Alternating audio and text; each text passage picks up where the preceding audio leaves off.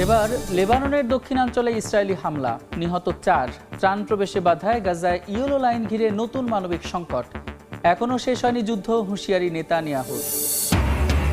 ইউক্রেনের দক্ষিণ পূর্বাঞ্চলে একযোগে রুশ হামলা, নিহত 9, আহত অনেকে। রাশিয়ার তেল পাইপলাইন ও কৃষ্ণ সাগর উপকূলে পাল্টা অভিযান জেলেনস্কি বাহিনীর।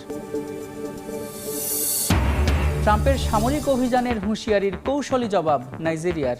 সার্বভৌমত্ব অক্ষুণ্ণ রেখে সন্ত্রাসবাদ দমনে মার্কিন সহায়তায় আপত্তি নেই, জানালো আবুজা। আফগানিস্তানের উত্তরাঞ্চলে 6.3 মাত্রার শক্তিশালী ভূমিকম্প, 7 জনের মৃত্যু, আহত 1.5 শতাধিক। ধ্বংসস্তূপের নিচে চাপা অনেকে, বাড়তে পারে হতাহতের সংখ্যা। এবং রেল স্টেশনের ছাদ ধসে হতাহতের ঘটনায় ন্যায় বিচার দাবিতে আবারও উত্তাল সার্বিয়া। পুলিশের ব্যারিকেড ভেঙে পার্লামেন্টে ঢোকার চেষ্টা, বিক্ষোভকারীদের ব্যাপক সংঘর্ষ।